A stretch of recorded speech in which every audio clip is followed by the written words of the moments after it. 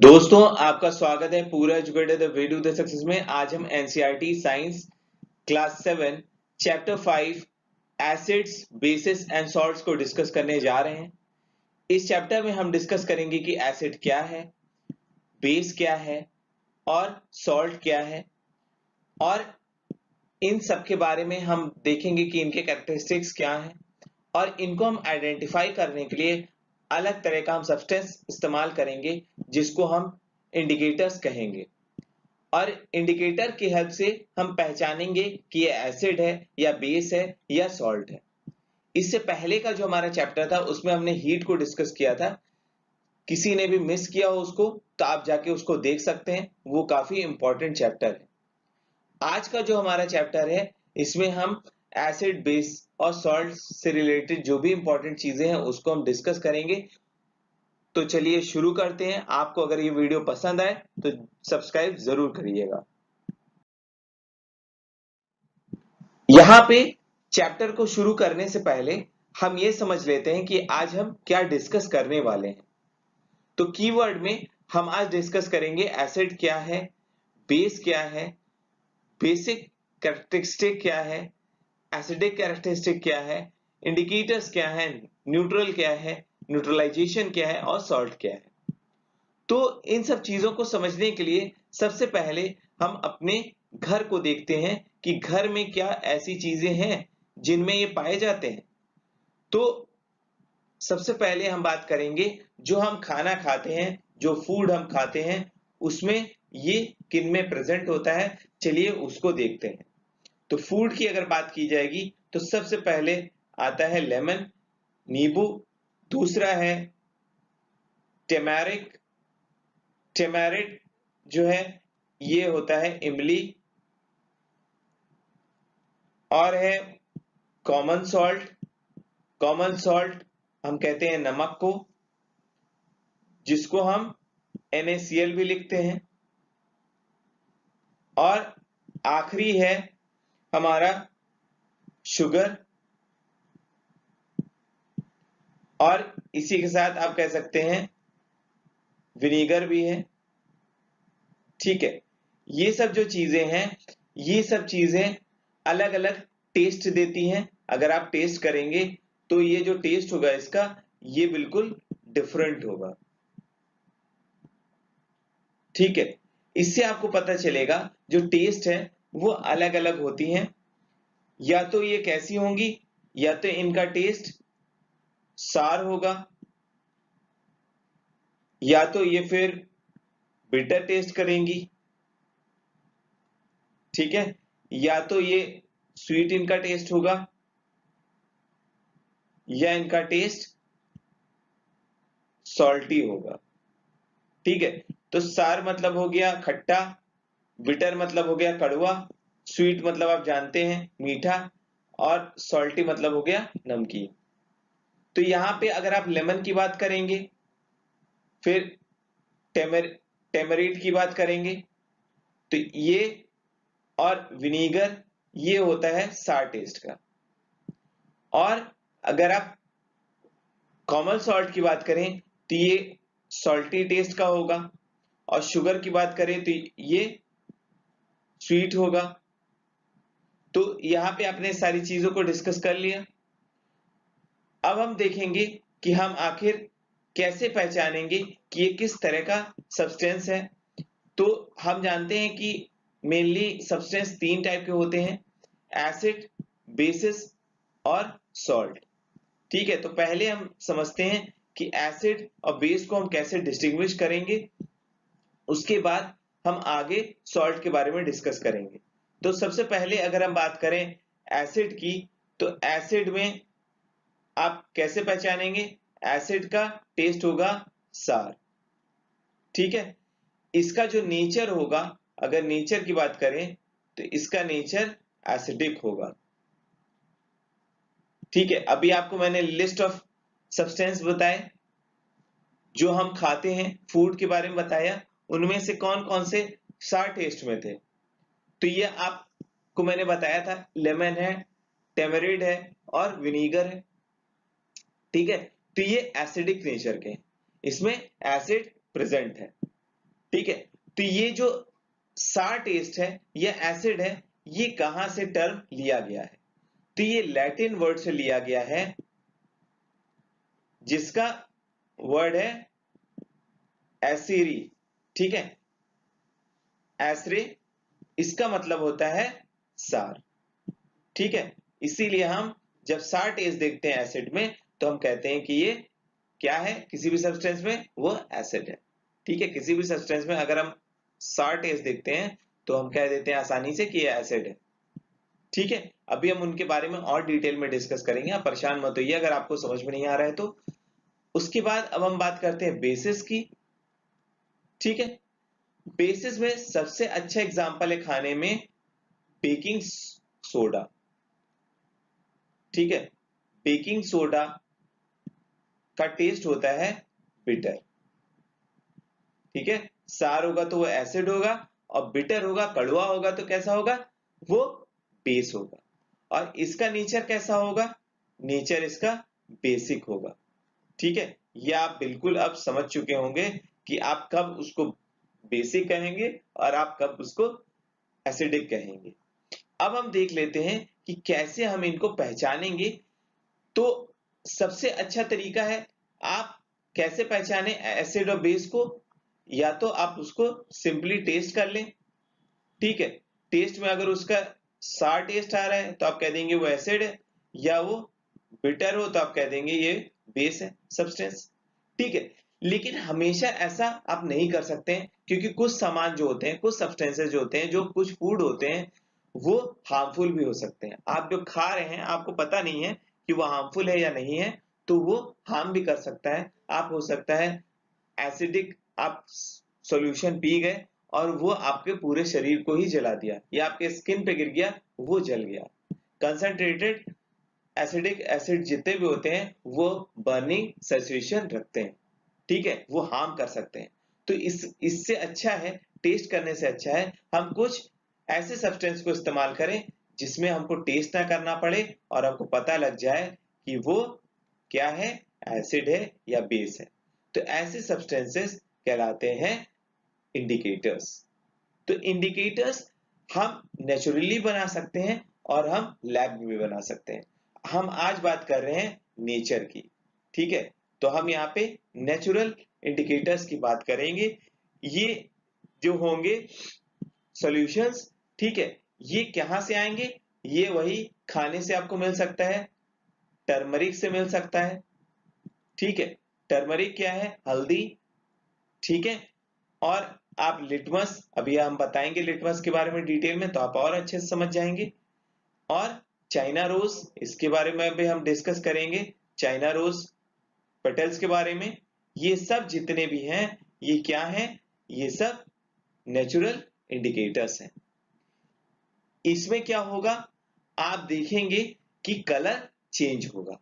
अगर आप देखेंगे कि जो सॉल्यूशन का कलर था वो अगर चेंज हो जा रहा है, ठीक है, तो आप कह देंगे कि ये क्या है, ये एसिड है या बेस है। तो अब हम इनके बारे में और अच्छे से समझते हैं, क्या कलर में चेंज होगा, कैसे वो हो जाएंगे, तो आपको और अच्छे समझ में आएगा। तो चलिए देखते हैं।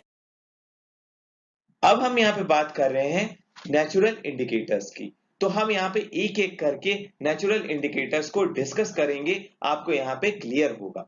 तो सबसे पहले हम नेचुरल इंडिकेटर की अगर बात करेंगे, तो नेचुरल इंडिकेटर में सबसे पहला आ रहा है कौन सा, बताइए, इंडिकेटर है लिटमस।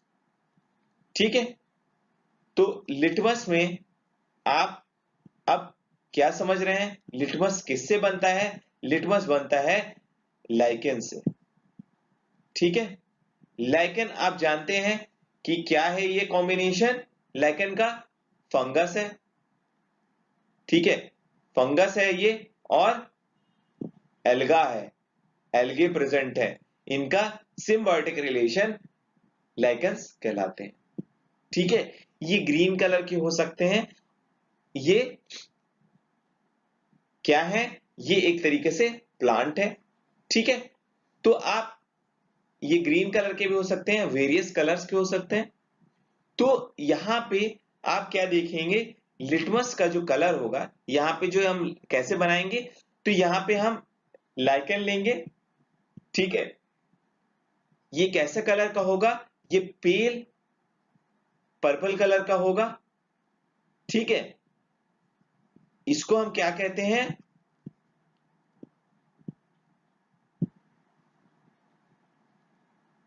मौवी कहते हैं, ठीक है। पेल पर्पल कलर को हम मौवी कहते हैं। और इसको अगर हम डिस्टिल वाटर में मिला दें, ठीक है, डिस्टिल वाटर में अगर हम इसको मिला देते हैं तो क्या होगा डिस्टिल वाटर में, चलिए देखते हैं इसको। डिस्टिल वाटर में जब हम इसको मिलाएंगे तो क्या होगा, इसका कुछ कलर फॉर्म आएगा, ठीक है। तो यही कलर फॉर्म जब हम ये लाइकन को डिस्टिल वाटर में डालते हैं तो यही जो कलर आता है ये क्या होता है, पेल पर्पल कलर, या हम उसको कहते हैं मैवी, ठीक है। और ये सॉल्यूशन जो बनेगा यहाँ पे लिटमस का, ये अगर हम इसमें एसिडिक सॉल्यूशन को डाल दें, ठीक है, तो क्या होगा, एसिडिक सॉल्यूशन को हम डालेंगे तो ये ब्लू से रेड हो जाएगा। ये अगर एसिडिक कलर डालेंगे तो ये किस कलर का हो जाएगा, ये रेड कलर का हो जाएगा। अभी आप देख रहे थे पेल पर्पल कलर था, जो हमने ब्लू से रेड कहा है वो लिटमस पेपर की बात कही है, ठीक है। एक आप इसको अगर पेपर पे भी डाल दें, फिल्टर पेपर पे या कोई और पेपर पे, तो क्या होगा, ये ब्लू कलर का हो जाएगा, ठीक है। तो लिटमस पेपर जो होता है ब्लू और रेड कलर में आता है, तो उसके बारे में भी हम बात कर रहे हैं पहले, ठीक है। यहां पे हम पेल पर्पल कलर को अगर हम इसमें एसिडिक सॉल्यूशन डाल दें तो ये रेड कलर का हो जाएगा, और अगर यहीं पे अगर हम बेसिक सॉल्यूशन डाल दें तो ये क्या हो जाएगा, ये ब्लू कलर का हो जाएगा, ठीक है। ये आप यहां पे समझ गए, बिल्कुल आपको क्लियर हो गया, ठीक है। अगर ये हम लिटमस पेपर पे करते तो ब्लू कलर का होता, वो रेड में चेंज होता, ठीक है। और यहाँ पे रेड लिटमस अगर हम डालते बेसिक सॉल्यूशन तो ये ब्लू हो जाता, ठीक है। आपको बिल्कुल क्लियर हो चुका है, अब कोई कंफ्यूजन नहीं है आपको। अब हम कुछ ऐसे टॉपिक्स को देख लेते हैं जो कि एग्जाम में बहुत ज्यादा पूछे जाते हैं, आपको इनको ध्यान भी रखना होगा, ठीक है, क्योंकि ये आपके एग्जाम में कभी भी पूछे जा सकते हैं और ये आखिर पूछे भी गए हैं आपके किसी भी कंपटीशन में, बैंकिंग सेक्टर में, या आप सिविल सर्विसेज में, या स्टेट सिविल सर्विसेज में, ये कई बार पूछे जा चुके हैं। तो अब आप बात कर रहे हैं विनीगर की सबसे पहले, ठीक है। यहाँ पे आप देख रहे हैं, यहाँ पे देखिए मैं एक है तो मैं यहाँ पे बता दे रहा हूं विनीगर में कौन सा एसिड पाया जाता है, तो विनीगर में एसिटिक एसिड पाया जाता है, ठीक है। और अब यहाँ पे हम चार्ट पे ध्यान करते हैं, तो चार्ट पे अगर आप ध्यान करिए तो ये जो जब हमको क्या होता है, जब चींटी काट लेती है तो उसमें कौन सा वो एसिड वो रिलीज करती है, वो होता है फॉर्मिक एसिड। और सिट्रस फ्रूट जो है, ऑरेंज या लेमन या और भी कोई, उसमें कौन सा एसिड होता है, उसमें सिट्रिक एसिड होता है। दही में, कर्ड में लैक्टिक एसिड होता है। स्पिनच में होता है ऑक्सैलिक एसिड। आंवला या सिट्रस फ्रूट, उसमें एस्कॉर्बिक एसिड भी होता है। यहाँ पे सिट्रस फ्रूट में आप देख रहे थे सिट्रिक एसिड भी होता है, और यहाँ पे एस्कॉर्बिक एसिड होता है, जो कि क्या कहलाता है, विटामिन सी भी कहलाता है। और टैमरिड, इमली, ग्रेप्स, जो कि आम पके हुए नहीं है, उसमें टैट्रिक एसिड होता है। और अब हम कुछ बेसिस की बात कर लेते हैं। लाइम वाटर में कैल्शियम हाइड्रोक्साइड होता है, और विंडो क्लीनर में, जिससे हम खिड़की को साफ करते हैं, उसमें क्या होता है, अमोनियम हाइड्रोक्साइड होता है। और साबुन में क्या होता है, सोप में क्या होता है, सोडियम हाइड्रोक्साइड होता है या पोटेशियम हाइड्रोक्साइड होता है। मिल्क ऑफ मैग्नीशिया में क्या होता है, ये मैग्नीशियम हाइड्रोक्साइड प्रेजेंट होता है। तो ये बहुत इंपॉर्टेंट है, ये आपके एग्जाम में पूछा जाता है, इसको आप कई बार ध्यान से देख लीजिए क्योंकि ये कई बार पूछे भी जा चुके हैं और आगे पूछे भी जाएंगे। अब हम बात करेंगे ऐसे सॉल्यूशन की जो कि ना बेसिक है ना वो एसिडिक है। तो ऐसे सॉल्यूशन को हम कहते हैं न्यूट्रल सॉल्यूशन। तो न्यूट्रल सॉल्यूशन कैसे फ्रेंड्स हैं? ये ना ही बेसिक है और ना ही वो एसिडिक है नेचर के। ठीक है, ये न्यूट्रल नेचर के हैं। तो ये आप यहाँ पे बिल्कुल आसानी से ये चीज समझ गए कि ये कैसे हैं। ये न्यूट्रल सॉल्यूशन है, ये ना बेसिक है ना एसिडिक है। और अगर इनका टेस्ट किया जाएगा लिटमस पेपर पे तो ये क्या दिखाएंगे? नो कलर चेंज दिखाएंगे। ठीक है, नो चेंज आएगा किस पे? कलर्स पर। ठीक है, कलर पे नो चेंज आएगा। तो यहां पे आपने ये समझ लिया न्यूट्रल सॉल्यूशन क्या है। अब हम देखते हैं दूसरे इंडिकेटर को जो कि हम अपने घर पे ही बना सकते हैं। वो है टर्मरिक से हम बना सकते हैं इंडिकेटर। तो इंडिकेटर जो टर्मरिक से बनेगा वो कैसे बनेगा, हल्दी से कैसे बनेगा उसको हम देख लेते हैं। हम हल्दी ले लेंगे, टर्मरिक ले लेंगे। ठीक है, 1 चम्मच टर्मरिक ले लेंगे और उसको हम ऐड करेंगे कुछ पानी में। ठीक है, और थोड़ा सा पानी लेंगे, उससे हम उसका पेस्ट बना लेंगे और इस पेस्ट को हम फिल्टर पेपर पे या ब्लॉटिंग पेपर पे हम इसको लगा देंगे। ठीक है, फिल्टर पेपर या ब्लॉटिंग पेपर, इन दोनों से किसी एक पे हम इसको लगा देंगे। ठीक है, इसको हम पुट करेंगे तो वो क्या बना देगा? वो एक इंडिकेटर बना देगा, स्ट्रिप ऑफ इंडिकेटर बना देगा। और इसका कलर कैसा होगा? इसका नेचुरल कलर येलो होगा। ठीक है, तो यहां पे आप ये समझ गए। और ऐसे ही हम लाइम वाटर भी बना सकते हैं। लाइम और वाटर को मिला दें, चूना और पानी को मिला दें तो लाइम वाटर बन जाएगा। ठीक है, इस तरीके से आप कई तरह से इंडिकेटर्स को बना सकते हैं जो कि आपको इंडिकेट कर सकता है, पता करने के लिए कि वो एसिडिक है या बेसिक नेचर का है। ठीक है फ्रेंड्स, अब दूसरा जो इंडिकेटर है वो कैसे आखिर बनेगा? तो दूसरा इंडिकेटर हमने जैसे बताया था कि चाइना रोज पेटल से भी हम इंडिकेटर बना सकते हैं। तो अब हम इनको बनाते हैं। ठीक है, ये भी नेचुरल इंडिकेटर है। तो यहां पे हम क्या करेंगे? चाइना रोज ले लेंगे। ठीक है, इसके पेटल्स को तोड़ लेंगे और इसको हम डाल देंगे वार्म वाटर में।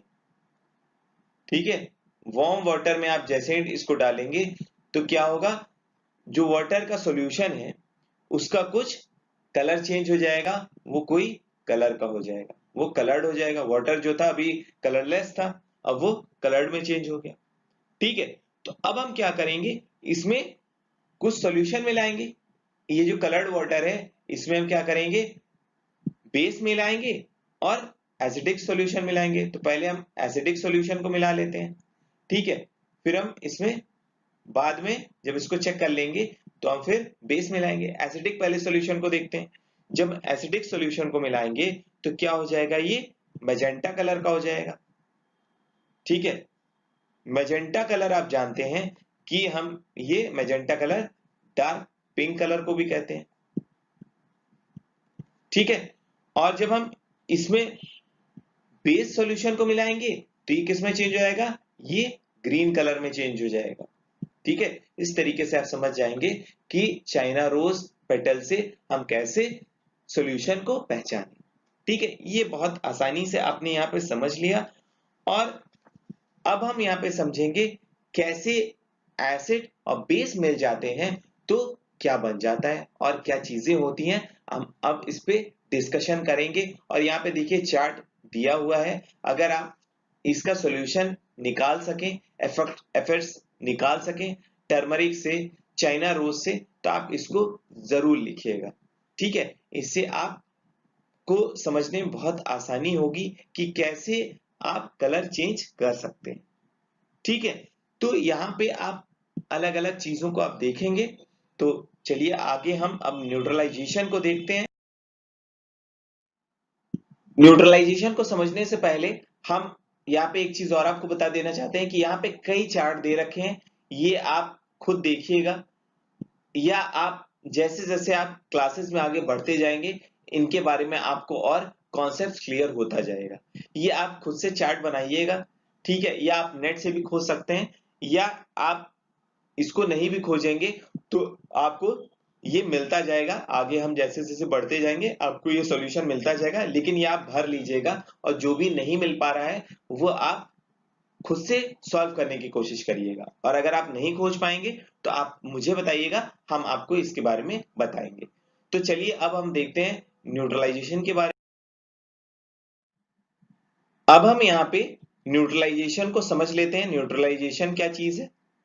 तो यहाँ पे आप एक चीज देखेंगे, अभी तक आप ये देख रहे थे कि लिटमस पेपर रेड से ब्लू में चेंज हो रहा था और ब्लू से रेड में चेंज हो रहा था, ये आप देख पा रहे थे।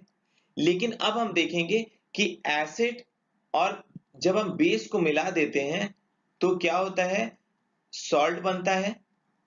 ठीक है, और साथ ही साथ वाटर बनता है, और इसके साथ हीट भी रिलीज होती है, हीट भी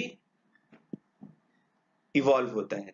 ठीक है, ये चीज हम देखते हैं न्यूट्रलाइजेशन रिएक्शन में, ये हम रिएक्शन भी देखेंगे आगे चल के। तो अब यहाँ पे हम पहले समझ लेते हैं कि ये कैसा होगा।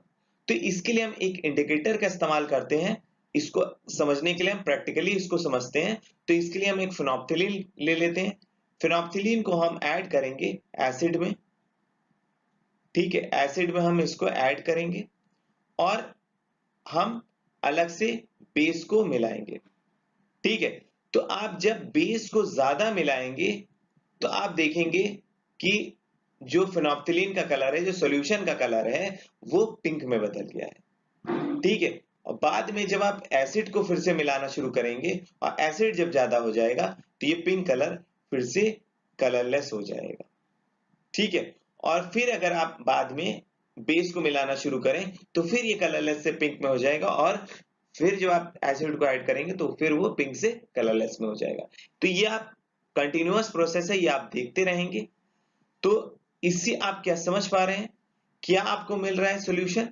सॉल्यूशन ये मिल रहा है, ये रिजल्ट मिल रहा है कि अगर आप एसिड और बेस को मिला दें, ठीक है, एसिड और बेस को जब आप मिलाएंगे तो एक नया सब्सटेंस बनेगा। ठीक है, वो होगा सॉल्ट।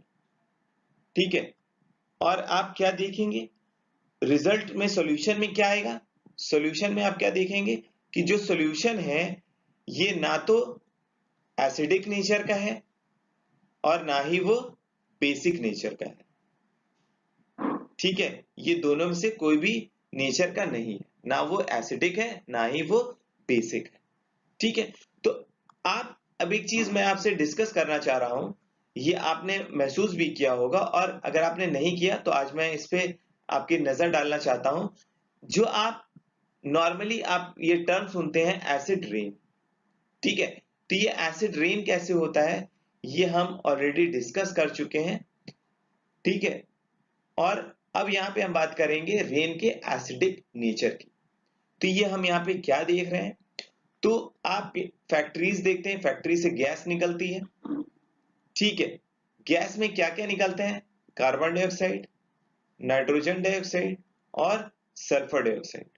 ठीक है, ये जब रेन ड्रॉपलेट से मिलते हैं, ठीक है, ये जब रेन ड्रॉपलेट से मिलते हैं तो ये क्या बन जाते हैं, कार्बन डाइऑक्साइड कार्बोनिक एसिड में चेंज होता है। ठीक है, ये कार्बोनिक एसिड में चेंज होता है, नाइट्रोजन डाइऑक्साइड नाइट्रिक एसिड में चेंज होता है। ठीक है, और सल्फर डाइऑक्साइड सल्फरिक एसिड में चेंज होता है। ठीक है, और ये जब किसी मॉन्यूमेंट पे, किसी बिल्डिंग पे गिरते हैं या किसी भी प्लांट पे गिरते हैं, एनिमल पे गिरते हैं, तो वो उसका कलर चेंज कर देते हैं, उसको हार्म पहुंचाते हैं। ठीक है, जैसे ताजमहल को आप अगर देखेंगे तो आप देखेंगे उसमें कुछ पीलापन आ रहा है, तो ये एसिड रेन के कारण होता है, ये एसिडिक नेचर के कारण होता है। ठीक है, तो यहाँ पे ये आप चीजों को समझ चुके हैं बहुत ही अच्छे तरीके से। अब हम बात करेंगे नेक्स्ट स्लाइड में न्यूट्रलाइजेशन रिएक्शन की। तो चलिए देखते हैं। अभी हम न्यूट्रलाइजेशन फिनोमिना को देख लिया, कैसे हम उसको देखेंगे, कलर में चेंजेस कैसे आएंगे। अब हम सीधे रिएक्शन पे चलते हैं, रिएक्शन को समझ लेते हैं, क्योंकि रिएक्शन में काफी दिक्कतें हो जाती हैं। तो यहाँ पे हम क्या करेंगे, एसिड ले लेंगे एक और कोई बेस ले लेंगे। ठीक है, उसको जब हम कंबाइन कराएंगे तो हमको क्या मिलेगा, रिजल्ट में सॉल्ट मिलेगा और वाटर मिलेगा, और साथ ही साथ कुछ हीट भी रिलीज होगी। ठीक है, यहाँ पे हीट निकलेगा। तो यहाँ पे हम एक एग्जांपल के थ्रू करते हैं। तो यहाँ पे अगर हमने ले लिया शुरू में एसिड में हाइड्रोक्लोराइड, ठीक है, HCl, और बेस में हमने ले लिया सोडियम हाइड्रोक्साइड NaOH, दोनों को हमने कंबाइन किया, तो क्या होगा, रिप्लेसेबल रिएक्शन हो जाएगा, डिस्प्लेसमेंट रिएक्शन हो जाएगा, सॉरी डिस्प्लेस करेगा, रिप्लेस करेगा मतलब। ठीक है, तो यहाँ पे ये चेंज होके NaCl हो जाएगा। ठीक है, ये इससे कंबाइंड हो जाएगा और ये इससे कंबाइंड हो जाएगा। तो यहाँ पे आप देखेंगे क्या होगा, हाइड्रोजन, ठीक है, यहाँ पे कंबाइंड होके वाटर, ऑक्सीजन के साथ वाटर बना देगा। तो यहाँ पे हाइड्रो ऑक्साइड और H मिलके, हाइड्रोजन मिलके वाटर बना दिए, और इसी के साथ साथ आपको कुछ हीट भी रिलीज होता हुआ दिखेगा यहाँ पे। ठीक है, तो ये हो गया यहाँ पे न्यूट्रलाइजेशन रिएक्शन। ठीक है, तो आप ये चीज याद रखेंगे, जब एसिड बेस मिलेगा तो सॉल्ट बनेगा, वाटर बनेगा, और साथ ही साथ कुछ हीट रिलीज होगा। अब हम न्यूट्रलाइजेशन रिएक्शन को हम देख लेंगे कि हम अपने रोज हम इसको कैसे देखते हैं कि हमारे साथ ये हो रहा है। तो आप इसका सबसे पहला एग्जांपल आप ले सकते हैं इनडाइजेशन का। आप खाना जब खाते हैं और वो पचता नहीं है, तो आप यहाँ पे देखते हैं न्यूट्रलाइजेशन रिएक्शन को। तो कैसे आप देखेंगे, तो यहाँ पे आपने कुछ खाना खाया, ठीक है, खाना खाया तो आपके स्टमक में, पेट में क्या हुआ, कुछ एसिड बना। ठीक है, ये आपका मान लीजिए स्टमक है, तो स्टमक में आपने खाना खाया तो कुछ एसिड्स आए, बनने लगे तुरंत ही इसको डिसॉल्व करने के लिए, तो वो उस तरीके से डिसॉल्व नहीं हो पाया और आपका स्किन बर्न करने लगा। तो क्या होगा, तब आपको एसिडिटी होने लगेगी। तो इसको न्यूट्रलाइज करने के लिए, ठीक है, हम कुछ एंटा एसिड ऐड करते हैं। ठीक है, एंटा एसिड ऐड करेंगे। तो एंटा एसिड में कुछ हम क्या करेंगे, मिल्क ऑफ मैग्नीशिया इस्तेमाल करेंगे, जो एसिड और बेस मिलके क्या कर देगा, न्यूट्रलाइज कर देगा इस इफेक्ट को, और आपको तुरंत आराम मिल जाएगा। ठीक है, तो ये पहला हो गया इंडाइजेशन से। दूसरा आप देखेंगे, जब भी चींटी आपको काटती होगी, फॉर्मिक एसिड जब रिलीज होता है आपकी बॉडी में, ठीक है, तो क्या होता है, आपको बहुत तेज पेन होता है। ठीक है, तो ये क्या होता है, जैसे ही आप वहां पे फॉर्मिक एसिड में आप वहां पे रब करने लगेंगे। ठीक है, आप रब कैसे करेंगे, जब आप यहाँ पे मॉइस्ट बेकिंग सोडा ले लेंगे, ठीक है, मॉइस्ट बेकिंग सोडा ले लेंगे, तो यहाँ पे क्या हो जाएगा, ये जो पेन है धीरे धीरे न्यूट्रलाइज हो जाएगा। अब बेकिंग सोडा को हम क्या कहते हैं फ्रेंड्स, सोडियम हाइड्रोजन, ठीक है, सोडियम हाइड्रोजन कार्बोनेट। ठीक है, या हम क्या करें,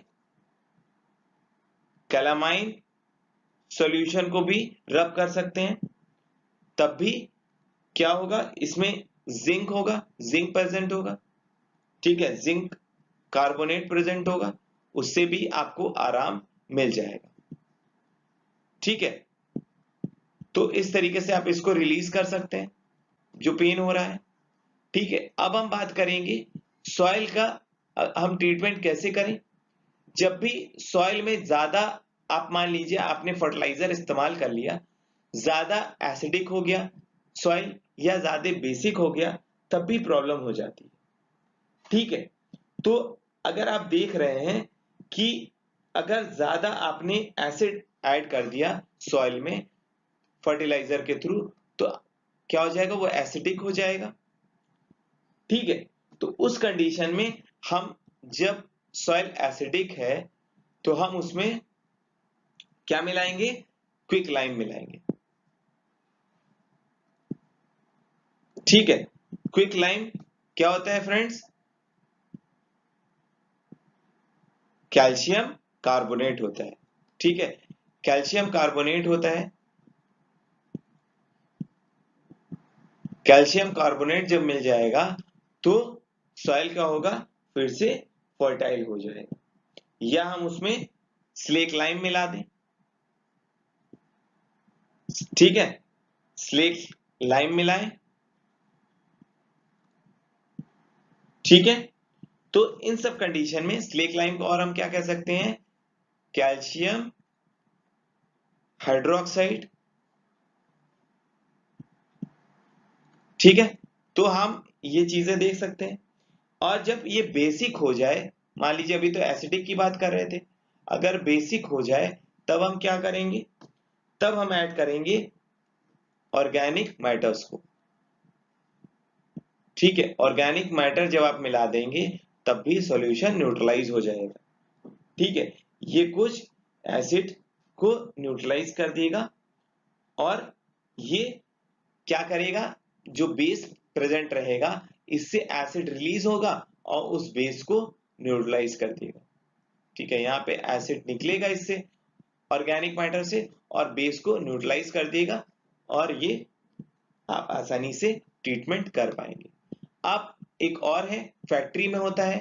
फैक्ट्री में आप जब देखते हैं कि रिलीज कर रहे हैं हम एसिड को, ठीक है, तो वहां पे वाटर में हम रिलीज करते हैं, तो फैक्ट्री का जो यहाँ पे निकल रहा है एसिड, वो कहाँ जा रहा है, रिवर में जा रहा है, ओशन में जा रहा है। तो ये अल्टीमेटली क्या करता है, फिशेस को किल करने लगता है, जो वाटर में प्रेजेंट हैं एनिमल्स उसको किल करने लगता है, ऑर्गेनिजम्स मरने लगते हैं। तो उस केस में हम क्या करेंगे, अगर कोई बेस सब्सटेंस मिला दे, बेसिक सब्सटेंस अगर हम मिला दें, सॉल्यूशन मिला दें उस वाटर में, तो वो वाटर न्यूट्रलाइज हो जाएगा और हमारे जो फिश मर रहे थे, जो ऑर्गेनिजम्स मर रहे थे, वो बच सकते हैं। तो ये देखिए कितना प्रैक्टिकल यूज है न्यूट्रलाइजेशन सॉल्यूशन का, रिएक्शन का। तो इससे हम काफी चीजों से बच सकते हैं। तो यहाँ पे हमारे ये चैप्टर कंप्लीट हो गया फ्रेंड्स। आपको ये पसंद आया होगा, और पसंद आया हो तो प्लीज सब्सक्राइब करिए, शेयर करिए अपने दोस्तों से, और कमेंट करना मत भूलिएगा। आपके कमेंट से हम काफी चीजें सीखते हैं। तो फ्रेंड्स चलिए हम अब आपसे यहाँ पे विदा लेते हैं, और बहुत जल्द हम एक नए वीडियो के साथ आपसे मिलेंगे। Thank you once again.